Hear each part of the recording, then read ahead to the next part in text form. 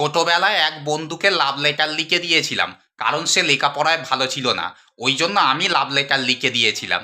এখন love letter লেখার জন্য পার লাভ লেটার 5 টাকা করে ধার্য করেছিলাম।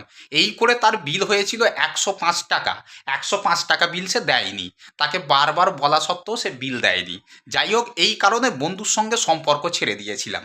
আজকে একটু আগে বন্ধুকে দেখি একটা ছেলের বাইকে চেপে বন্ধু কোথায় যাচ্ছে। তা আমি বাইকটা দাঁড় করালাম, বাইকটা দাঁড় করিয়ে বন্ধুকে জিজ্ঞাসা করলাম, কি রে বন্ধু, তুই কেমন আছিস? বন্ধু বলল, বন্ধু আমি ভালো আছি, তুই কেমন আছিস? আমি বললাম, ভাই তুই আমার 105 টাকা কবে দিবি ভাই? সে তখন বলল, ভাই রে তুই চিন্তা করিস না রে ভাই, তোর 105 টাকা আমি দিয়ে তারপর আমি মরবো রে ভাই। তা বলার পরে বন্ধুকে আমি জিজ্ঞাসা করলাম, এই ছেলেটি কে? বন্ধু বলল, এটা আমার ছেলে, এ যাচ্ছে আজকে পরীক্ষা দিতে। তা আমি বললাম, তুই আবার কবে বিয়ে করলি? সে বলছে যে ওই যে তুই যে আমাকে যে লাভ লেটার লিখে দিয়েছিলিস, ওই মেয়েটাকেই তো আমি তো বিয়ে করেছি। আর বিয়ে করে এই যে এখন আমার ছেলে হয়েছে, এখন ছেলে যাচ্ছে উচ্চ মাধ্যমিক পরীক্ষা দিতে। বুঝুন কি কাণ্ড! লাভ লেটার লিখে দিলাম আমি, টাকা পয়সা এখনো পাই আমি, 105 টাকা বিল হয়ে গেছে আমার, সেই বিল এখনো সে দিচ্ছে না।